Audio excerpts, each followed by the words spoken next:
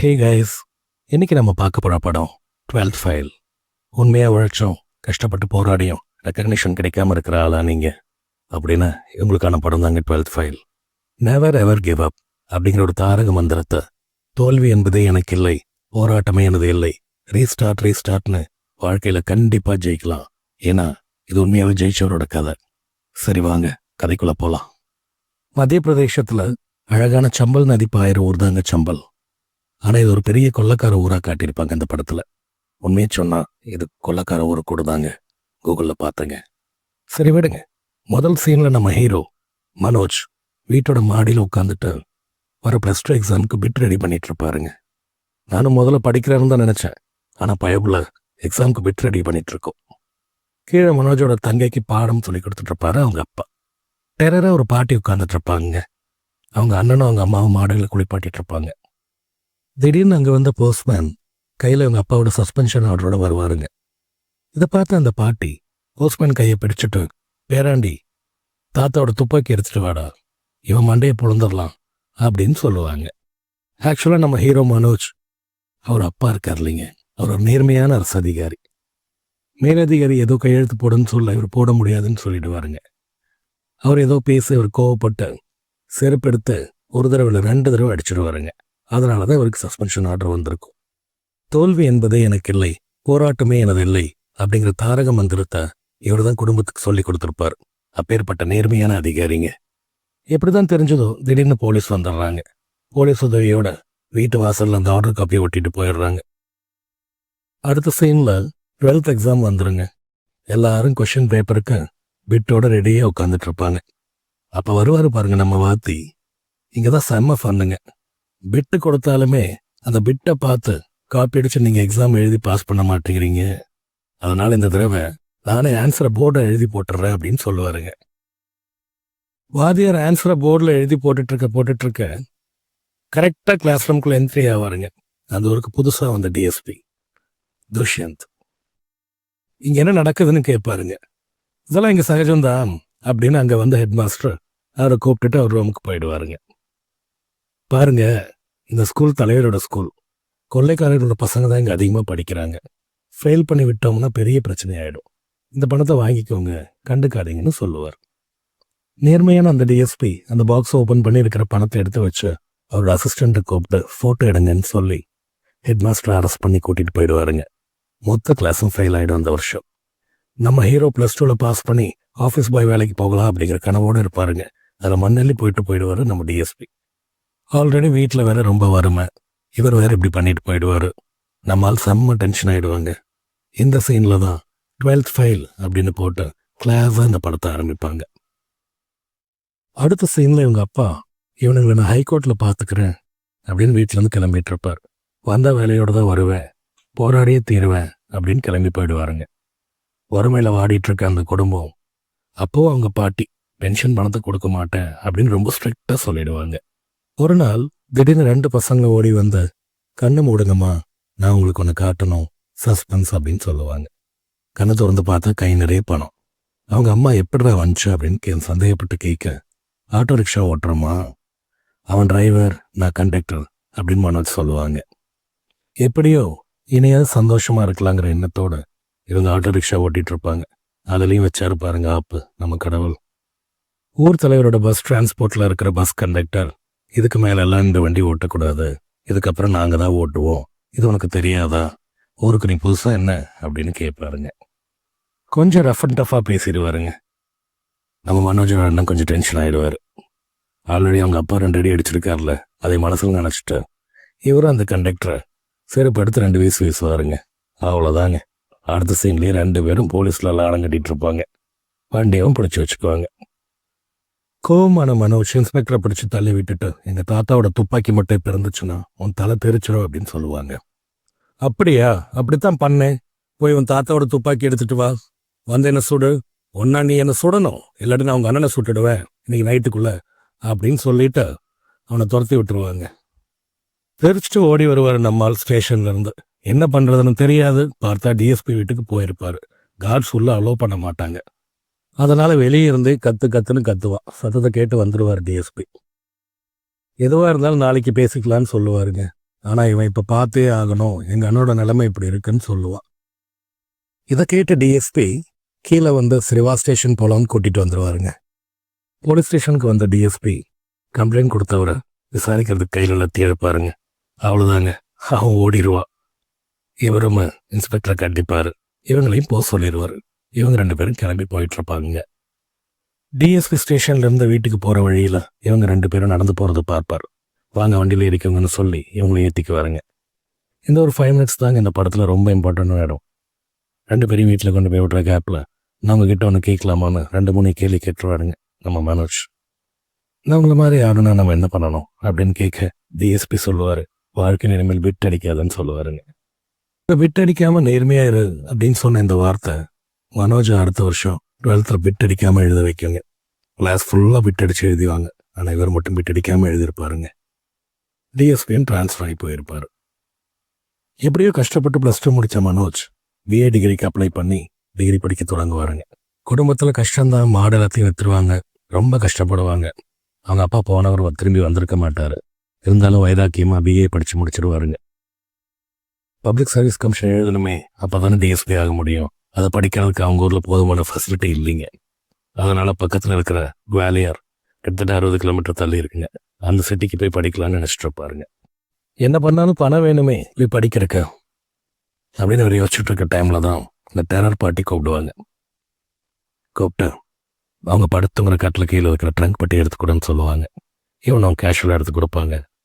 அது வந்து ஒரு சின்ன டப்பா எடுத்து ஓப்பன் பண்ணுவாங்க. இவன் அப்படியே ஷாக் ஆகிடுவான். ஏன்னா அவ்வளோ பணம் இருக்கும். இதெல்லாம் அவங்க அம்மாவுக்கு தெரியாமல் சேமித்து வச்சதுன்னு சொல்லுவாங்க பாருங்க. ரொம்ப க்யூட்டாக இருக்கும் அந்த சீன். அவ்வளோதாங்க, குடும்பமே சந்தோஷமாக அவனை வழி அனுப்பி வைப்பாங்க குவாலியருக்கு படிக்க.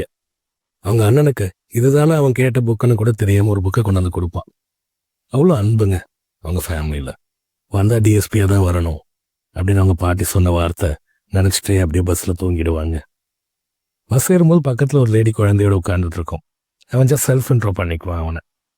ஆனால் அவள் தான் ஆப் வச்சுட்டு போவான்னு அவனுக்கு தெரியாதுங்க. அப்போது குவாலியரும் வந்துடும். நல்லா தூங்கிட்டு இருக்கவனை இந்த கண்டக்டர் எழுப்பிடுவார். எந்திரிச்சு சொன்னால் பையன் தேடுவான், பையன் இருக்காதுங்க.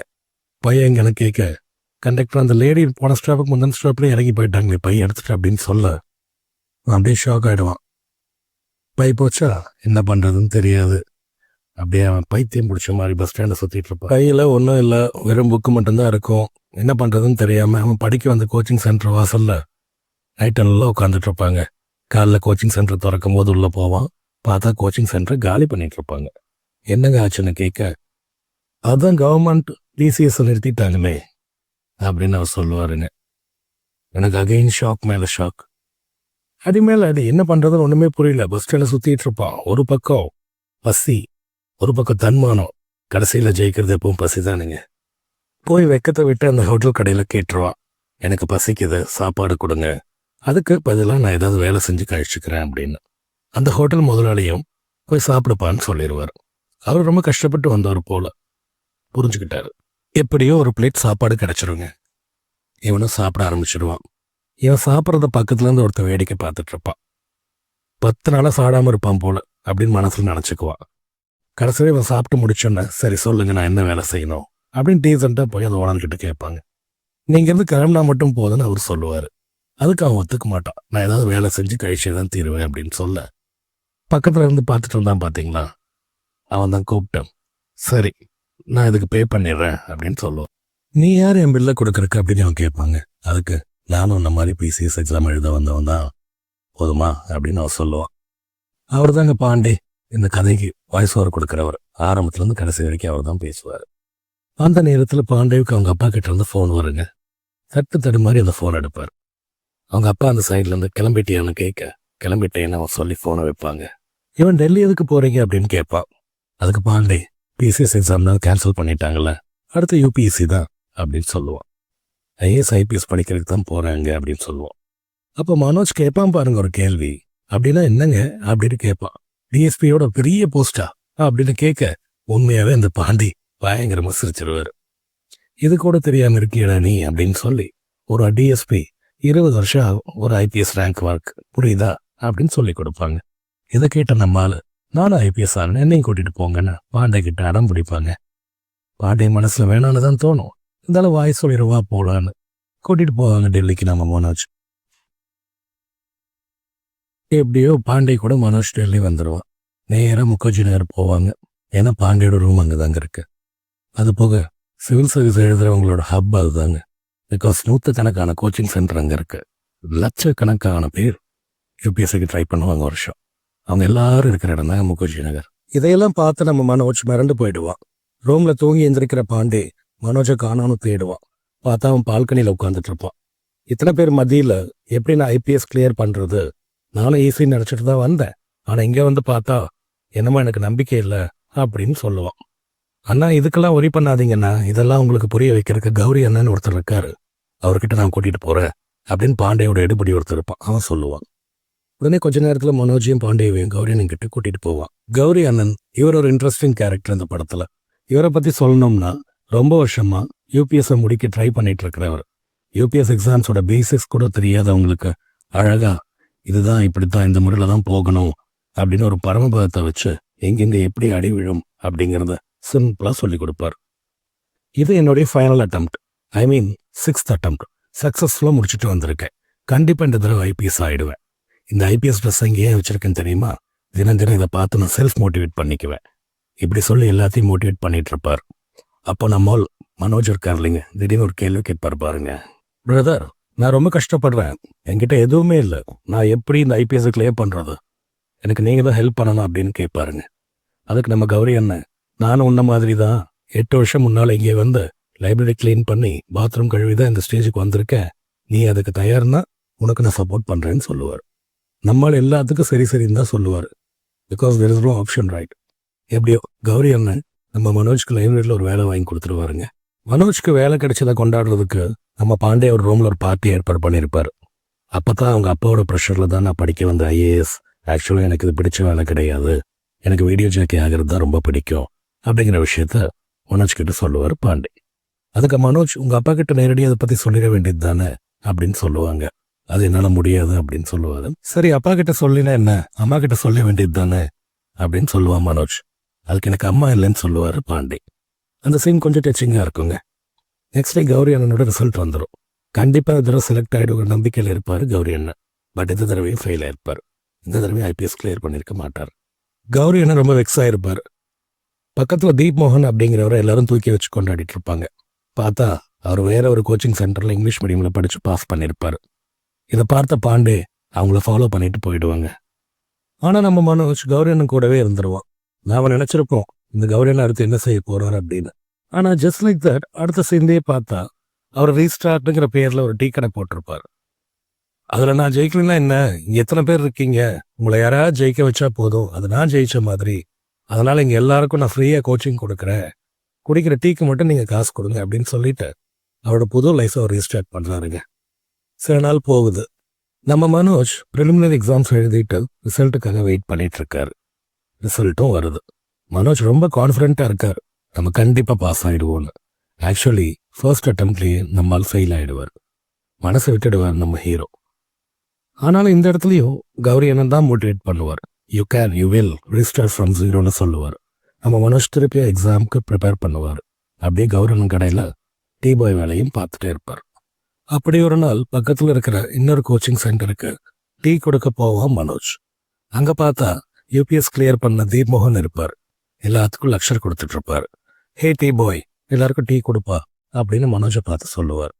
அப்போ அங்கிருந்து பாண்டே, சார் அவனும் யூபிஎஸ்க்கு தான் ட்ரை பண்ணிட்டு இருக்கான் அப்படின்னு சொல்லுவான். உனக்கு எப்போ வேணும்னாலும் எது வேணும்னாலும் தயங்காம கேளு, கண்டிப்பாக நான் உனக்கு ஹெல்ப் பண்ணுறேன், ஐ ஓ யூ அப்படின்னு சொல்லியிருப்பாரு தீப் மோகன். நெக்ஸ்ட் சீனில் நம்ம பாண்டே கௌரி அண்ணன் கடையில் டீ சாப்பிட வந்திருப்பான். கூட அவன் கேர்ள் ஃப்ரெண்டும் வந்திருப்பான். கூட படிக்கிற இன்னொரு பையனும் வந்திருப்பான். வந்தவன் சும்மா இருக்காம ஆட்டு மந்த மாதிரி கிளம்பி வந்துடுறானுங்க. ஐஏஎஸ் ஆகணும், ஐபிஎஸ் ஆகணும்னு. என்ன படிக்கணும், எப்படி ஆரம்பிக்கணும் ஒன்றும் தெரியாது இவனுங்களுக்கு. பாரு, நம்ம மனோஜை பற்றி தான் சொல்கிறேன் அப்படின்னு பேசிகிட்டு இருக்க இதை நம்ம கௌரி அண்ணன் கேட்டுருவார். உடனே கருப்பான கௌரி அண்ணன், ஆமாண்டா, நாங்கள் எல்லாம் ஆட்டு மந்தைங்க தான், எங்களுக்கு இருக்கிறது ஒரே லட்சியம், ஜெயிக்கிறது, அவ்வளோதான்.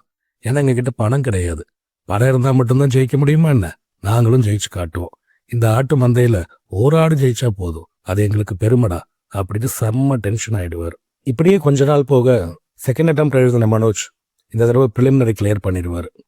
கௌரி அண்ணனுக்கு தலகால் புரியாதுங்க. என்னவோ அவர் எக்ஸாம் கிளியர் பண்ணுற மாதிரி ஹாப்பி ஆகிடுவார்.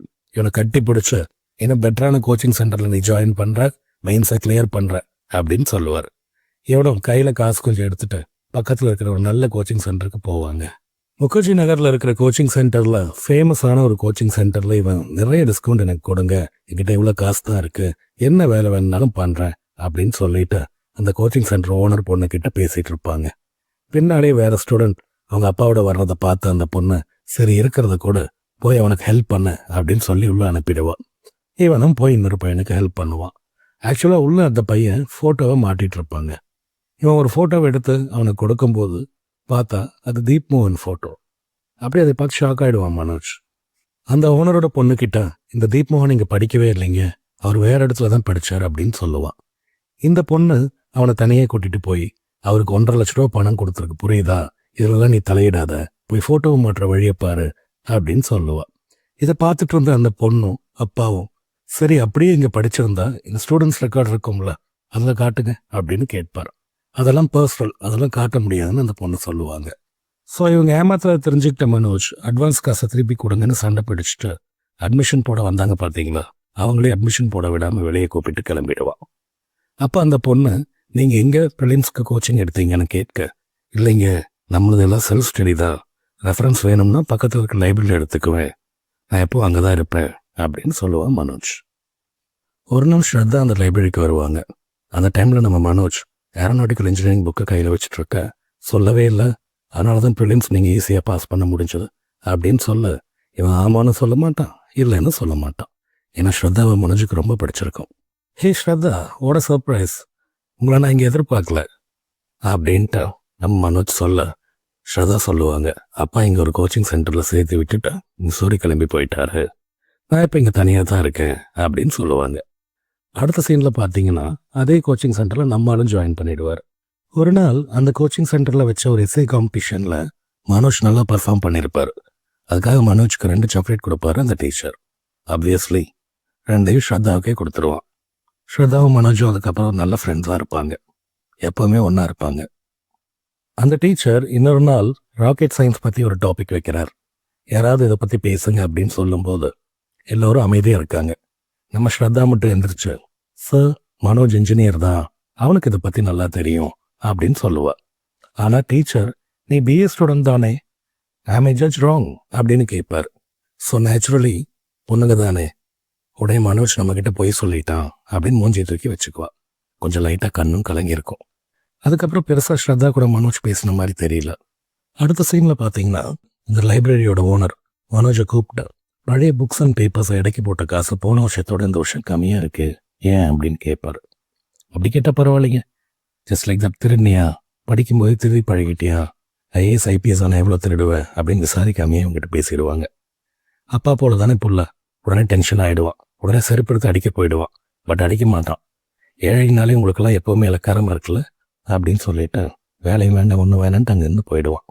ரொம்ப நாள் யாரு கண்ணாலையும் சிக்க மாட்டாங்க. கௌரி அண்ணனும் பாண்டேவை அவனை எல்லா இடத்துலையும் தேடியும் கிடைக்க மாட்டாங்க. ஒரு நாள் பாண்டே இவன் ஏதோ மகமில்ல வேலை பார்க்குறாங்கிற விஷயத்தை தெரிஞ்சுக்கிட்டு அங்கே அவனை போய் பார்ப்பான். பாண்டே உள்ளே வந்த உடனே அவன் மனசுக்கு ரொம்ப சங்கடமாயிடும். ஒரு இருட்டு அறையில் மகாமிஷன் ஓட்டிகிட்டு இருப்பாங்க. ஒரு ஓரமாக இருக்கிற ஒரு சின்ன லைட்டில் மீதி இருக்கிற நேரத்தில் படிச்சுட்டு மெயின்ஸ்க்கு ப்ரிப்பேர் பண்ணிகிட்டு இருப்பான். இவனுக்கு ரொம்ப சங்கடமாயிடும். வாட நம்ம ரூமுக்கே போகலாம், இங்கே வேண்டாம் அப்படின்னு எவ்வளவோ கூப்பிட்டு பார்ப்பாங்க, ஆனால் அவன் வரமாட்டான். அடுத்த சீனில் மெயின்ஸ் எக்ஸாம் முடிச்சுட்டு வெளியே வருவான் மனோஜ். அப்போ அவன் ஃப்ரெண்டு கேட்பான், எப்படி எழுதியிருக்க, ரொம்ப நல்லா எழுதியிருக்க, அதுவும் எஸ்ஐ எல்லாம் ரொம்ப ஈஸியாக இருந்தது, அதுவும் நமக்கு தெரிஞ்ச சப்ஜெக்ட் தானே, டெரரிசம், ஆல்ரெடி எஸ்ஐ காம்படிஷன் எழுதி சாக்லேட்லாம் வாங்கியிருக்கேன்ல அப்படின்னு சொல்லுவான். என்னடா சொல்கிற, எங்கடா டெரரிசம் பற்றி கொஷின் இருக்குன்னு கேட்க கொஷின் பேப்பர் எடுத்து காட்டுவான். நல்லா பாருடா, இது டெரரிசம் இல்லை டூரிசம் அப்படின்னு சொல்லுவான். இவன் அப்படியே தலைமையில கை வச்சுட்டு உட்காந்துக்குவான். அவன் முதல்ல இங்கிலீஷ் நல்லா கற்றுக்கூடா, அப்புறம் ஐபிஎஸ் எழுதுகிற வழியை பார்க்கலாம் அப்படின்னு சொல்லிட்டு போயிடுவான். இவனும் ரீஸ்டார்ட்னு திருப்பி ரீஸ்டார்ட் பண்ண ஆரம்பிப்பான். அதுக்கு முன்னால் ஸ்ரதாவை போய் பார்க்கலாம் அப்படின்னு அவன் முன்னே அவன் வீடு இங்கே தான் இருக்குன்னு சொன்ன அட்ரஸ்க்கு போவான். போய் காலிங் பெல் அடிப்பான். கேட்டதுக்கு சொந்தக்காரன் கல்யாணத்துக்கு போயிருக்காங்கன்னு சொல்லுவாங்க அவங்க சர்வன். சரி அவளுக்கு ஒரு ஃபோன் போட்டு கொடுங்க, ஸ்ரதா கிட்ட பேசணும்னு சொல்லுவான். அவங்களும் போட்டு கொடுப்பாங்க. ஏன்னா நினச்சான்னு தெரியல, திடீர்னு ஐ லவ் யூ அப்படின்னு ப்ரப்போஸ் பண்ணிடுவான். அவங்க வீட்டு வேலைக்காரங்கிட்ட ஃபோனை கொடுங்க அப்படின்னு ஸ்ரதா சொல்ல இவனும் கொடுப்பான். முதல்ல அவன் அங்கேருந்து கிளம்ப சொல்லுங்க அப்படின்ட்டு ஃபோனை வச்சிருவா. இவனும் ரொம்ப அப்செட் ஆயிடுவான். என்ன பண்ணுறதுன்னு தெரியாது. சரி சொந்த ஊருக்கு தான் போகலாம் அப்படின்னு கிளம்பிடுவான். ஊருக்குள்ளே போனால் அவன் ஃப்ரெண்ட் இருக்கான் பாருங்க. ஐயோ அந்த சீன் செம்மையாக இருக்குங்க. இவனை பார்த்தோன்னே கடையிலேருந்து குதிச்சு ஓடி வருவான் பாருங்க. நல்லா இருக்குங்க அந்த சீன். அவன் கூட பேசிட்டு அவன் தங்கச்சியை பார்த்தும் பேசிட்டு அம்மா எங்கே இருக்காங்க அண்ணன் இங்கேன்னு கேட்பா. அதுக்கு அவன் தங்கச்சி மாடு விற்றோம்லண்ணா அவங்க வீட்டில் தான் நம்ம மாடை பார்க்குற வேலையை தான் அம்மா பார்த்துட்டு இருக்காங்க. அண்ணன் கூலி வேலைக்கு போயிருக்கான் பக்கத்து ஊருக்கு அப்படின்னு சொல்லுவா. ரொம்ப சந்தோஷமா சொல்லிட்டு வீட்டுக்கு கூட்டிட்டு போயிட்டு இருப்பா. அப்போதான் சடனா பாட்டி எங்க அப்படின்னு கேட்பா. அதுக்கு அவகிட்ட இருந்து எந்த பதிலும் இருக்காது. உடனே வீட்டுக்குள்ள ஓடி போய் அவங்களோட கட்டில போய் பார்ப்பான். பார்த்தா பாட்டி அங்க இருக்க மாட்டாங்க. அதுக்குள்ள அவங்க அம்மா வந்துருவாங்க. நடந்ததெல்லாம் சொல்லுவாங்க. பாட்டி யார்கிட்டையும் சொல்ல வேண்டாம்னு சொல்லிட்டாங்க. 1,00,000 அடையணும்னு போயிருக்காங்க. அதனால தன் மகன்கிட்டையும் தன் பேரன்கிட்டையும் இதை பத்தி இப்பத்துக்கு சொல்ல வேண்டாம். 1,00,000 அடைச்சிட்டு வரும்போது சொல்ல எதா இருந்தாலும் அப்படின்னு சொல்லிட்டு அவங்களும் போய் சேர்ந்துட்டாங்க. இந்த சீன் ரொம்ப டச்சிங்கா இருக்குங்க. அதுக்கப்புறம் வீட்டோட வறுமை நிலைமை இதை பத்திலாம் பேசிட்டு இருப்பாங்க. அப்போ அவங்க அம்மா சொல்லுவாங்க, நாங்கள் ரொம்ப சந்தோஷமா தாண்டா இருக்கிறோம் அப்படின்னு சொல்லுவாங்க. ஆனால் அவன் சொல்லுவான், பொய் சொல்லாதீங்கம்மா எனக்கு எல்லாமே தெரியும் அப்படின்னு சொல்லுவான் பாருங்க. அந்த சீன்ல அவங்க அம்மா அவனை கூப்பிட்டு ஜஸ்ட் உட்கார வச்சு அவன் தலையில் நல்லா எண்ணெய் வச்சு விடுவாங்க. Such a nice scene. அப்புறம் கொஞ்ச நாள்ல மெயின் டெல்லி கிளம்பி போயிடுறான். சின்சியரா வேலை செய்யறான். படிக்கிறான், வேலை செய்யறான், படிக்கிறான், கொஞ்சமா தூங்குறான், வீட்டுக்கு பணம் அனுப்புவான். இப்படித்தான் வாழ்க்கை போயிட்டு இருக்கு. திடீர்னு ஒரு நாள் பார்த்தா கௌரி அண்ணன் மனோஜோட அப்பாவை கூட்டிட்டு வந்துருவாரு. மகனை பார்த்த உடனே ரொம்ப அப்செட் ஆயிடுவார் அந்த மனுஷன். இவ கஷ்டப்படுறத பார்த்து அவங்க அப்பா, சரி போதும்டா போதும், நேர்மை நியாயம் நான் பார்த்து பார்த்து நம்ம குடும்பம் நாசமா போனது போதும், வா போலாம். அங்க போய் அவன் கையில காலில் விழுந்தாவது அந்த வேலையை வாங்குறேன், அவன் கேட்கிற இடத்துல நான் கையெழுத்து போடுறேன், அட்லீஸ்ட் குடும்பமாவது நல்லா ஆக்கட்டும், நல்லா வாழட்டும், வாடா போலாம் அப்படின்னு அவனை கூப்பிட்டு போறதுக்கு தயாராக இருப்பாரு. இந்த இடத்துல தான், என்னப்பா நீங்க தானே எனக்கு சொல்லி கொடுத்துருக்கீங்க தோல்வி என்பதே எனக்கு இல்லை, போராட்டமே எனது இல்லைன்னு, இப்ப நீங்களே இப்படி பேசலாமான்னு அவங்க அப்பாவையே மோட்டிவேட் பண்ணி திருப்பி ஊருக்கு அனுப்பிச்சு வச்சிருவான். அடுத்த சீன்ல பாத்தீங்கன்னா இவன் ரொம்ப சின்சியரா வேலை செய்வான், நல்லா படிப்பான், 15 மணி நேரம் வேலை பார்ப்பான். இப்படியே போயிட்டு இருக்கு கொஞ்ச நாள். ஒரு நாள் கோச்சிங் சென்டர்ல ஸ்ரத்தாவை மீட் பண்ணுவான். அவளே வந்து அவன்கிட்ட பேசுவான். சாரி கேப்பா, ரியலி சாரி, நான் இன்னைக்கு ஹர்ட் பண்ணிட்டேன், நான் அப்படி பேசியிருக்க கூடாது, ஆக்சுவலா நான் திருப்பி 1 நிமிஷத்துல கால் பண்ணேன், ஆனா நீ அங்கிருந்து கிளம்பிட்டேன்னு சொல்லுவா. நம்ம ஹீரோ மனோஜ், நீ ஆக்சுவலா எனக்கு நல்லதுதான் பண்ணியிருக்க, நான் யாரு என் தகுதி என்னங்கிறது நீ உணர்த்தி இருக்க, உனக்கு ரொம்ப தேங்க்ஸ். உண்மையா சொல்ல போனா லவ் அப்படிங்கிற விஷயத்துக்குலாம் இப்ப நேரமே இல்லை எனக்கு, நான் யாருன்னு எனக்கு புரிய வச்சதுக்கு ரொம்ப நன்றின்னு சொல்லிட்டு கிளம்பிடுவான். அடுத்த சீன்ல பாத்தீங்கன்னா மனோஜை பாக்குறதுக்கு ஸ்ரத்தா அவன் இருக்கிற இடத்துக்கே வருவான். அவளுக்கு மனசு ரொம்ப சங்கடமா இருக்கும். இன்னும் இப்படி இருக்கா, ப்ரிலிம்ஸ் ரிசல்ட் வந்துருச்சு, நீ அதை கூட பார்க்க வரமாட்டியான்னு கேட்பா. அதான் நமக்கு தெரியுமே, எப்படியும் நான் பாஸ் பண்ணிடுவேன் அப்படின்னு ஒரு ஓவர் கான்ஃபிடென்ட்டா சொல்லுவா. அப்போதான் ஒரு விஷயம் சொல்லுவா, நான் கொஞ்சம் பணம் தரேன், இப்படி வேலை பார்த்துட்டே படிச்சா மெயின்ஸ் கிளியர் பண்ண முடியாது, ஸோ புரிஞ்சுக்கோன்னு எவ்வளவோ சொல்லி பார்ப்பா. இவன் முடியாதுன்னு சொல்லிடுவான். ஸ்ரத்தா சொன்ன மாதிரியே மெயின்ஸ் தலைவருக்கு புட்டுக்கும். அடுத்த சீன்ல கௌரி அண்ணன் கடையில மனோஜும் ஸ்ரத்தாவும் 2 பேரும் உட்கார்ந்துட்டு இருப்பாங்க. லைட்டா சரக்கு போட்டு வருவார் நம்ம பாண்டி. ஏன்னா அவனுக்கும் புட்டுக்கும்.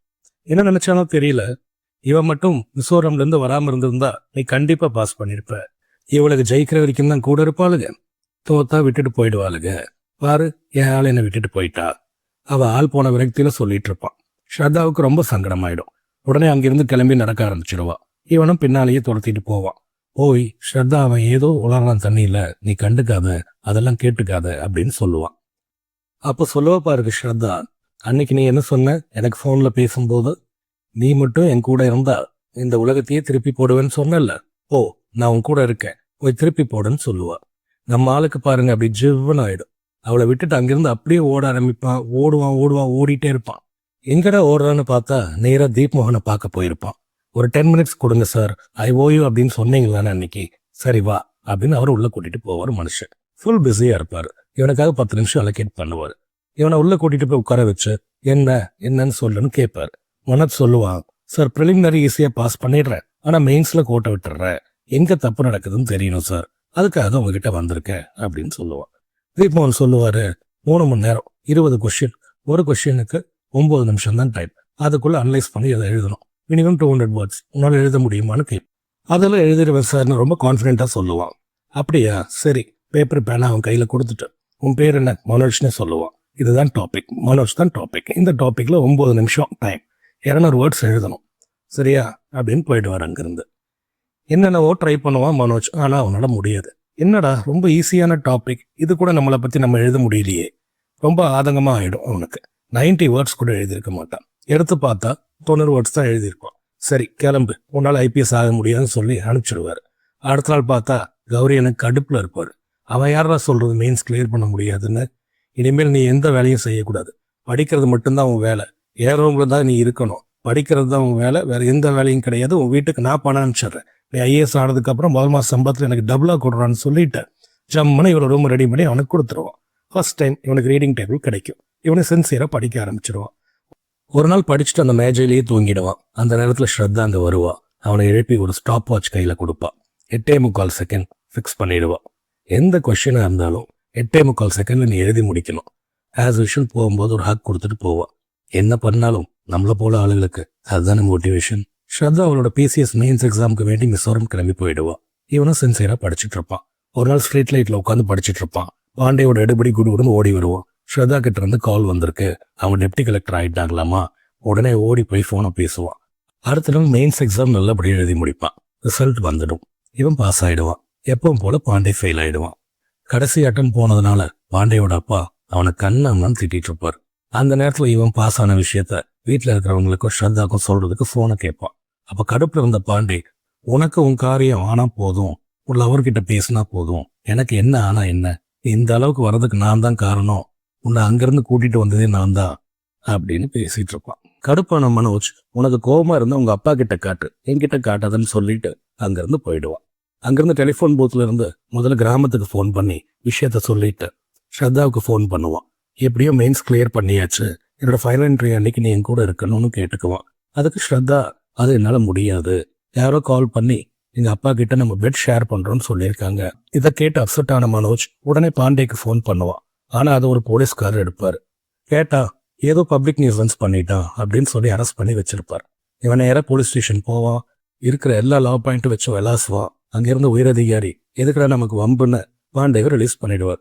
உடனே அவசர அவசரமாக அந்த ஃபோன் எடுத்து பார்த்தா இவன் தான் ஃபோன் பண்ணியிருப்பான் ஸ்ரந்தாவோட அப்பாவுக்கு. ஃபோன் பண்ணி தப்பா சொல்லியிருப்பான். இனிமேல் மூஞ்சிலையும் முழிக்காத பாண்டே, நீ இந்த அளவுக்கு போவேன்னு எதிர்பார்க்கலன்னு சொல்லிட்டு அங்கிருந்து கிளம்பிடுவான். ஃபைனல் இன்டர்வியூ வந்துடும். திடீர்னு பார்த்தா ஸ்ரத்தா வந்து ஷாக் கொடுப்பா. ரொம்ப அழகா ஒரு காட்டன் சாரியில வந்திருப்பா.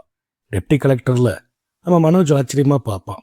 என் வீட்டில் பேசினேன், உண்மையை புரிய வச்சேன், உனக்கு இது எவ்வளோ முக்கியமான நேரம் அவங்க கிட்ட சொன்னேன், கார் கொடுத்து அனுப்பி வச்சாங்கன்னு சொல்லுவா. இதை கேட்டு ரொம்ப ஹாப்பி ஆயிடுவான் மனோஜ். ஸ்ரத்தா அவனுக்கு ஐபிஎஸ் கட்டிங்லாம் பண்ணி ரெடி பண்ணிடுவா. நேராக பாண்டேவை போய் பார்த்து தேங்க்ஸ் சொல்லிட்டு, பாண்டேவுக்கு ஒரே ஃபீலிங்ஸ் ஆஃப் இந்தியா தான். 2 பேரும் அந்த பிரைவேட் காரில் இன்டர்வியூக்கு கிளம்புவாங்க. போகிற வழியில் ஒரு லெட்டர் ஒன்று கொடுப்பா ஸ்ரத்தா. தனியாக இருக்கும்போது படிச்சு பாருன்னு சொல்லிட்டு அவனை யூபிஎஸ் ஆஃபீஸில் ட்ராப் பண்ணிட்டு கிளம்பிடும். மனோஜுக்கு கொஞ்சம் நர்வஸாக தான் இருப்பான். நிறைய பேர் உட்காந்துருப்பாங்க. ஆல்ரெடி ஷோ வேற கடிச்சிட்டு இருக்கும். ஒவ்வொருத்தங்களா கூப்பிட்டுட்டு இருப்பாங்க. இவனோட டர்ன் வரும். மனோஜ்னு 3 தடவை கத்தித்தான் இவனுக்கு ஸ்ட்ரைக் ஆகும் நம்மளை கூப்பிடுறாங்கன்னு. எந்திரிச்சு போனா, நீ என்ன 12th ஃபெயிலாப்பா, சரி போன்னு உள்ள அனுப்பிடுவார். போகும்போது அந்த பியூன் பாருங்க, உள்ள மேத்தான்னு ஒருத்தர் இருப்பான், கண்டிப்பா உங்களை ரிஜெக்ட் பண்ணிடுவான், அதனால 12th ஃபெயில் ஆன ரீசன் எதையாவது மாத்தி சொல்லுங்க, அம்மாவுக்கு உடம்பு சரியில்லை, அப்படிப்பட்ட ஏதாவது போய் சொல்லிடுங்கன்னு சொல்லி அனுப்புவான். பாண்டே கொஞ்சம் நர்வஸாக தான் இருப்பான். நிறைய பேர் உட்காந்துட்டு இருப்பாங்க. உள்ள வந்தா 5 பேர் உட்காந்துட்டு இருக்காங்க.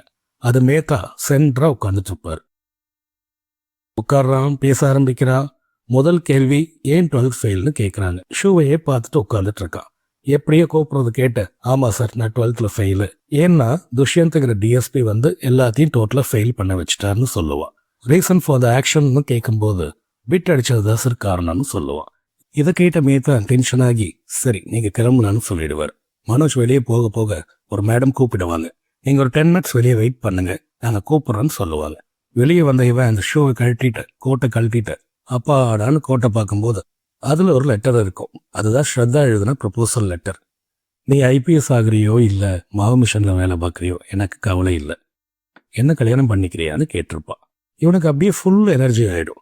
போய் அந்த சீட்ல ரிலாக்ஸ்டா உட்காந்துக்குவான். உள்ள கூப்பிடுறதுக்காக வெயிட் பண்ணிட்டு இருப்பான். 10 நிமிஷத்துல உள்ளேயும் கூப்பிடுவாங்க. அங்க இருக்கிற லேடி கேட்பாங்க, நீங்க ஏன் உண்மையே சொன்னீங்க, வேற ஏதாவது ரீசன் கொடுத்துருக்கலாமேன்னு சொல்லுவாங்க. நான் வாழ்க்கையில நேர்மையை மட்டும்தான் இருக்கணும்னு முடிவு பண்ணிட்டு வாழ்றவன், அதனால என்னால பொய் சொல்ல முடியாதுன்னு சொல்லிடுவான். எங்க ஸ்கூல்ல எல்லாத்தையும் பிட்டடிக்க வச்சுட்டு அளவா 12th கிளாஸோட படிக்க வச்சுட்டு அங்கேயே சின்ன சின்ன பழக்கம் நடத்திட்டு வேலை செஞ்சுட்டு அதுக்கு மேல வளர விடாம பண்ணிடுவாங்க மேடம். நாங்களும் பெரிய ஆளா வந்துருவோம்ல, எங்களை அப்படியே அடக்கி அடக்கி பழகிட்டாங்க, நாங்களும் அப்படியே பழகிட்டோம். அரசியலெல்லாம் எவ்வளோ பேசுகிற, பட் நீங்கள் லாங்குவேஜில் வீக்காக இருக்கீங்களே அப்படின்னு மேத்தா கேட்பாரு. அதுக்கு ஒரு கிளாஸ் தண்ணி கொடுங்களேன்னு கேட்பான். இவங்களும் கிளாஸ் தண்ணி கொடுப்பாங்க. இல்லை, எனக்கு சில்வர் கிளாஸில் தான் தண்ணி வேணும்னு கேட்பான். சில்வர் கிளாஸ்லாம் இங்கே இல்லை, இதுதான் தண்ணி, வேணும்னா கூடின்னு சொல்லுவார் மேத்தா. இதைத்தான் சார் நானும் சொல்ல வரேன். அவுட்புட் எல்லாமே ஒன்று தான், அது எந்த லாங்குவேஜாக இருந்தால் என்ன, சொல்ல வந்த விஷயம் கரெக்டாக இருக்கணும்ல சொல்லுவான். அவர் ரொம்ப அப்செட் ஆகிடுவார். அப்போது அங்கேருந்து ஒரு லேடி, உங்களுக்கு இது எத்தனாவது அட்டம்ப்ட்னு கேட்பாங்க. என்னோட லாஸ்ட் அட்டம்ப்ட்னு சொல்லுவான் மனோஜ். நீங்கள் என்ன பண்ணுவீங்க இப்போ நாங்கள் உங்களை செலக்ட் பண்ணலைன்னா அந்த மேடம் கேட்பாங்க. முயற்சி பண்ணிட்டு இருப்பேன் மேடம், தோல்வி என்பது எனக்கு இல்லை, போராட்டமே எனது இல்லை, தொடர்ந்து முயற்சி பண்ணுவேன். ஐபிஎஸ் இல்லைன்னா என்ன, ஒரு டீச்சர் ஆவேன், ஒரு வாத்தியாராக என் கடமையை செய்வேன், வர ஜென்ரேஷனை சரியாக வழிநடத்தி கொண்டு வருவேன். என்னால் சூரியனாக இருக்க முடியலனாலும் கடைசிக்கு ஒரு ஸ்ட்ரீட் லைட்டாவது இருந்துக்கிறேன் அப்படின்னு அவன் மேடம் கிட்ட சொல்லுவான். என்ன ஒரு அட்ராசிட்டி அப்படின்னா, நீ தெருவிளக்காவே இரு, இப்போ கிளம்புன்னு சொல்லிடுவார் மேத்தா. இவன் கதவை திறந்துட்டு வெளியே போகும்போது வேஸ்ட் ஆஃப் டைம்னு சொல்லுவார். அதை இவன் காதில் கேட்டுருவான். கொஞ்ச நாளில் ஃபைனல் இன்டர்வியூஸ்க்கு உண்டான ரிசல்ட் வரும். ரிசல்ட் பார்க்கறதுக்கு மனோஜ் வரமாட்டான். ஸ்ரத்தா கம்பல் பண்ணி கூட்டிகிட்டு வருவா. வா போய் ரிசல்ட் பார்க்கலான்னு சொல்லிட்டு கூப்பிட்றா. நான் சொன்னேன்ல, இன்டர்வியூ முடிச்சுட்டு வெளியே வரும்போது வேஸ்ட் ஆஃப் டைம்னு சொல்லி அனுப்பிச்சாங்க, கண்டிப்பாக வாய்ப்பு இருக்காது, நான் பார்க்க விருப்பப்படலை, நீ வேணா போய் பாரு அப்படின்னு ஸ்ரத்தாவை அனுப்பிச்சி விட்டுருவான். யூபிஎஸ்சி ஆஃபீஸ் கேட் திறந்து விடுறாங்க. எல்லாரும் ரிசல்ட் பார்க்க ஆவலாக ஓடுறாங்க. இவன் மட்டும் போகாமல் இருக்கான். ஸ்ரத்தா ஓடி போய் ரிசல்ட் பார்க்க போகிறான். இந்த மெயின் டைமில் அங்கே இன்டர்வியூவில் என்ன நடக்குதுன்னு காட்டுறாங்க. இப்படிப்பட்ட நேர்மையான ஆள் தானே இந்த இந்தியாவுக்கு வேணும், அதுக்காக தானே இந்த எக்ஸாம் இல்லாமேன்னு மேத்தாவுக்கு மனசு இல்லைனாலும் மற்ற 4 பேரும் இவனுக்கு சப்போர்ட் பண்ணி செலக்ட் பண்ணிடுறாங்க. ஸ்ரத்தா ரிசல்ட் பார்த்து நீ பாஸ் ஆயிட்டேன்னு சொல்ல அவன் நின்ன இடத்துலயே அப்படியே கீழே உட்காந்துடுறான். 2 பேர் கண்ணிலையும் ஆனந்த கண்ணீர். எங்கிருந்து ஓடி வந்த கௌரி என்ன, அவனுக்காக வச்சிருந்த ஐபிஎஸ் யூனிஃபார்ம் எடுத்துட்டு வந்து, இந்தாடா இதை போட்டுட்டு கெத்தா ஊருக்கு போடான்னு கொடுக்குறாரு. பாண்டே ஓடி வந்து இதெல்லாம் வீடியோ காலில் ரெக்கார்ட் பண்றான். என்னோட ஃப்ரெண்டு டீ கடையில் வேலை பார்த்தான், பாத்ரூம் கழுவுனா, ஐபிஎஸ்சின்னா என்னன்னே தெரியாது, ஆனா இன்னைக்கு ஐபிஎஸ்னு செலிப்ரேட் பண்ணிட்டு இருக்க கையில 1.5 லட்ச ரூபாயை வச்சு எங்க இன்ஸ்டியூட்ல தான் படிச்சீங்கன்னு சொல்லுங்கன்னு மனோஜை பார்த்து கேட்க, என்ன ஞாபகம் இருக்கா மேடம், நான் தான் மனோஜ் அப்படின்னு சொல்ல அவளும் விட்டா போதுன்னு ஓடிடுவான் இன்ஸ்டியூட்கார அம்மா. அடுத்த சீன்ல மனோஜ் ஃபோன் பண்ணி இந்த நல்ல விஷயத்த அவங்க அம்மா கிட்ட சொல்லிட்டு இருப்பான். அப்ப அவங்க அப்பா பக்கத்துல வந்து கேட்பாரு, ஐபிஎஸ் பாஸ் பண்ணிட்டானான்னு கேட்க, ஆமா பாஸ் பண்ணிட்டான்னு சொல்லுவாங்க அவங்க அம்மா. உடனே என்ன நினைச்சாரோ தெரியல, திடீர்னு ஓடுவாரு. இங்க போறீங்க அப்படின்னு அவங்க கேட்க, நான் போறேன், அவங்க கிட்ட போய் சொல்றேன், நீ மோதுறது ஒரு ஐபிஎஸ் ஆஃபீஸரோட அப்பா கிட்டன்னு அப்படின்னு சொல்லிட்டு போவார். அந்த சீன் ரொம்ப டச்சிங்கா இருக்கும். அடுத்த ஒரு நாள் நம்மால் ஐபிஎஸ் ட்ரெஸ் போட்டுட்டு ஒருத்தரை பார்க்கறதுக்காக போவார். வெளியே இருந்த சென்ட்ரி சல்யூட் அடிக்க உள்ள போவார் நம்ம மனோஜ் ஐபிஎஸ். உள்ள இருந்த டிஎஸ்பி எந்திரிச்சு சல்யூட் அடிக்க, மனோஜ் அவர்கிட்ட எனக்கு கல்யாணங்க, ஃபர்ஸ்ட் பத்திரிக்கை உங்களுக்கு தான் தரேன் அப்படின்ட்டு கல்யாண பத்திரிகை கொடுத்துட்டு காலில் விழுவார். பத்திரிக்கையை வாங்கிட்டு டிஎஸ்பி நீங்க அப்படின்னு கேட்பார். அதுக்கு மனோஜ் தான், தெரியலையா சார், என்ன நீங்க தானே பிட்டடிக்காம இருக்க கத்து கொடுத்துருக்கீங்கன்னு சொல்லுவார். டிஎஸ்பி ரொம்ப எமோஷன் ஆயிடுவார். அப்படியே மனோஜை கட்டி பிடிச்ச திருப்பி ஒரு சலிட்டு வைப்பார். இந்த சீன்ல நிறைய பேர் கண் கலங்கியிருக்காங்க, நானும் தாங்க. அவ்வளவுதாங்க, இந்த படம் முடிச்சது. அவங்க ஊர்ல இருந்த எல்லா எதிரிகளும் அவங்களுக்கு நண்பன் ஆயிடுவாங்க. பவர் இருந்தாதான் எதிரிகளே இருக்க மாட்டாங்களே. அவங்க ஊர்ல இருந்த எல்லாரும் மனோஜ் கல்யாணத்துக்கு வேண்டி கிளம்பி போயிடுவாங்க. இதை பாண்டே வீடியோகிராஃப் பண்ணிட்டு இருப்பார். இப்படி படத்தை முடிச்சிடுவாங்க. சச் அ பியூட்டிஃபுல் ஃபிலிம், கண்டிப்பா பாருங்க. ரொம்ப மோட்டிவேட்டடா ஃபீல் பண்ணுவீங்க. இது ஒரு ஸ்ட்ரெஸ் பஸ்டர் மூவியா கூட சொல்லலாம். எத்தனை முறை தோத்தாலும் ரீசார்ஜ்னு 0லேருந்து ஸ்டார்ட் பண்ணுங்க. ஒரு நாள் கண்டிப்பா எல்லாரும் ஜெயிப்போம். தேங்க்ஸ் ஃபார் வாட்சிங். மீண்டும் அடுத்த படத்தில் சந்திக்கலாம். நன்றி. இது உங்கள் லோகேஷ்.